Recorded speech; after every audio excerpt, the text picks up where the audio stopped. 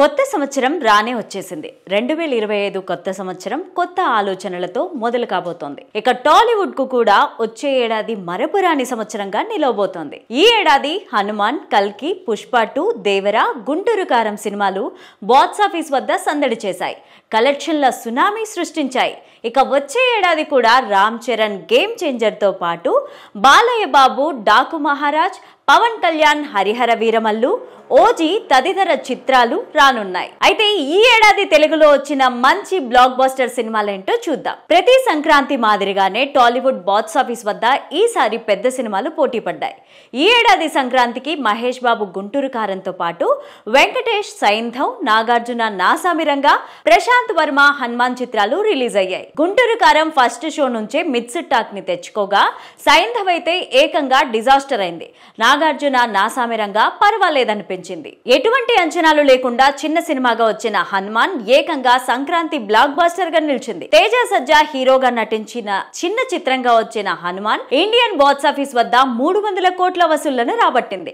Dubbing సినిమాలు చూసుకుంటే శివకార్తికేయన్, అయాలన్తో పాటు ధనుష్, కెప్టెన్ మిల్లర్ పర్వాలేదనిపించింది. ఫిబ్రవరి నెలలో టాలీవుడ్ నుంచి చిన్న సినిమాలే బాక్స్ ఆఫీస్ ని పలకరించాయి. ఇందులో ఒక్క చిత్రం మాత్రమే హిట్ టాక్ తెచ్చుకుంది. ఆ చిత్రమే సందీప్ కిషన్ హీరోగా నటించిన ఊరు పేరు భైరవకోన. సోషియో ఫ్యాంటసీ చిత్రంగా వచ్చిన ఈ సినిమా 50 కోట్ల వరకు కలెక్షన్లను రాబట్టింది. డబ్బింగ్ సినిమాలతో చూసుకుంటే రజనీకాంత్ లాల్ సలాం డిజాస్టర్ గా నిలిచింది. మార్చి నెలలో కూడా mega hero Varun Tej operation Valentine అంటూ వచ్చి డిజాస్టర్ ని మూటగట్టుకున్నాడు. ఆ తర్వాత వచ్చిన విశ్వక్సేన్ గామి, శ్రీ విష్ణు, ఓం భీమ్ బుష్ ఈ సినిమాలు యావరేజ్ గా నిలిచాయి. అనంతరం వచ్చిన గోపీచంద్ భీమా సైతం ఫ్లాప్ అయింది. డీజే టిల్లు సినిమాకు సీక్వెల్ గా వచ్చిన చిత్రం 100 కోట్లకు పైగా కలెక్షన్లు రాబట్టింది. April, May summer season. ఈ సీజన్ లో తమ సినిమాలను విడుదల చేయాలని చాలా మంది హీరోలు ప్లాన్ చేస్తారు. కానీ ఈ 2 నెలల్లో తెలుగు సినిమాల నుంచి ఒక్క హిట్ కూడా నమోదు కాలేదు. ఏప్రిల్లో ఫ్యామిలీ స్టార్ అంటూ విజయ్ దేవరకొండ ప్రేక్షకుల ముందుకు రాగా అది కూడా డిజాస్టర్ గా మిగిలిపోయింది. ఆ తర్వాత రిలీజ్ అయిన గీతాంజలి మళ్లీ వచ్చింది. శ్రీరంగ నీతులు చిత్రాలు సైతం అదే బాటలో నిలిచాయి. ఇక మే నెలలో వచ్చిన విశ్వక్సేన్ నటించిన గ్యాంగ్స్ ఆఫ్ గోదావరి, అల్లరి నరేష్ నటించిన ఆ ఒక్కటి అడక్కు, సత్యదేవ్ హీరోగా వచ్చిన కృష్ణమ్మ ఈ చిత్రాలు బాక్స్ ఆఫీస్ వద్ద బొక్కబోర్లా పడ్డాయి. డబ్బింగ్ చిత్రాలలో బ్యాక్ చిత్రం మంచి హిట్ ని అందుకుంది. హిట్లు లేక సతమతమవుతున్న టాలీవుడ్ కు కల్కి రూపంలో భారీ బ్లాక్ బస్టర్ లభించింది. ప్రభాస్ హీరోగా నటించిన ఈ సినిమాను నాగశ్విన్ దర్శకత్వం వహించారు. మహాభారతం ఫ్యూచర్ కాన్సెప్ట్ తో వచ్చిన ఈ చిత్రం దాదాపు 1300 కోట్లకు పైగా కలెక్షన్లను రాబట్టింది. శర్వానంద్ మనమే కూడా ఇదే నెలలో విడుదలై పర్వాలేదనిపించుకుంది. డబ్బింగ్ చిత్రాలలో తమిళం నుంచి మహారాజా బ్లాక్ బస్టర్ అందుకుంది. జూలై నెలలో తమిళ సినిమాల హవా నడిచింది. తెలుగు నుంచి ఒక్క పెద్ద సినిమా కూడా విడుదల కాకపోగా తమిళం నుంచి ఇండియన్ 2 తో పాటు ధనుష్ నటించిన రాయన్ సినిమా ప్రేక్షకుల ముందుకు వచ్చాయి. ఇందులో రాయన్ మంచి హిట్ కొట్టింది. ఇండియన్ 2 డిజాస్టర్ గా నిలిచింది. ఇక ఆగస్టు నెలలో కమిటీ కుర్రోళ్ళు, ఆయ్ వంటి చిన్న సినిమాలు వచ్చి మంచి హిట్లు అందుకున్నాయి. నాని నటించిన సరిపోదా శనివారం బాక్స్ ఆఫీస్ వద్ద 100 కోట్ల బొమ్మగా నిలిచింది.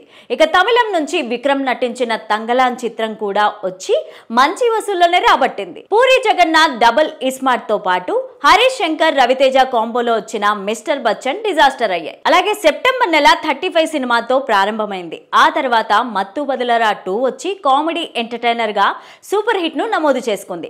తమిళం నుంచి విజయ్ నటించిన గోట్ సినిమా ప్రేక్షకుల ముందుకు వచ్చి 400 కోట్ల వసూళ్లను రాబట్టింది. తెలుగు నుంచి ఎన్టీఆర్ నటించిన దేవరా చిత్రం వచ్చి మంచి విజయాన్ని నమోదు చేసుకుంది.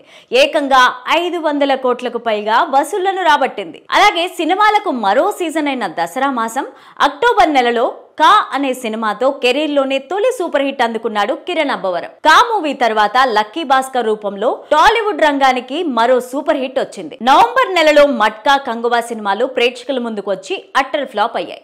ఇక ఆఖరిలో 3 ఏళ్లుగా ఊరించిన పుష్ప 2 ది రూల్ మూవీ వచ్చింది. డిసెంబర్ 5న ప్రేక్షకుల ముందుకు వచ్చిన ఈ చిత్రం బ్లాక్ బస్టర్ అందుకోవడమే కాకుండా 1500 కోట్లు కొల్లగొట్టింది. ఇండియాలోనే కేవలం 6 రోజుల్లోనే 1000 కోట్ల కలెక్షన్లను సాధించిన తొలి చిత్రంగా రికార్డు క్రియేట్ చేసింది. కానీ సంధ్యా థియేటర్ తొక్కిసలాట ఘటనలో రేవతి అనే మహిళ మృతి చెందడం, ఆమె కొడుకు శ్రీతేజ్ అనే 9 ఏళ్ల బాబు తీవ్ర గాయాలతో ఆసుపత్రిలో చేరడం ఆ చిత్రాన్ని వివాదాల్లోకి నెట్టింది. ఈ ఘటనలో అల్లు అర్జున్ సహా థియేటర్ యాజమాన్యం పైన కేసు నమోదైంది. చిక్కడపల్లి పోలీసులు అల్లు అర్జున్ ను అరెస్ట్ చేయడం, ఇంటరమ్ బెయిల్ పైన ఆయన విడుదలవ్వడం వెంటనే జరిగిపోయాయి. ఆ తర్వాత ఈ విషయంలో అల్లు అర్జున్ వ్యవహరించిన తీరు సరిగ్గా లేదంటూ అసెంబ్లీ సాక్షిగా సీఎం రేవంత్ రెడ్డి చేసిన వ్యాఖ్యలు సంచలనం సృష్టించాయి. తన వ్యక్తిత్వాన్ని కించపరిచేలా మాట్లాడుతున్నారంటూ అల్లు అర్జున్ ప్రెస్ మీట్ పెట్టి చేసిన వ్యాఖ్యలు ఈ వివాదాన్ని మరింత పెద్దది చేశాయి.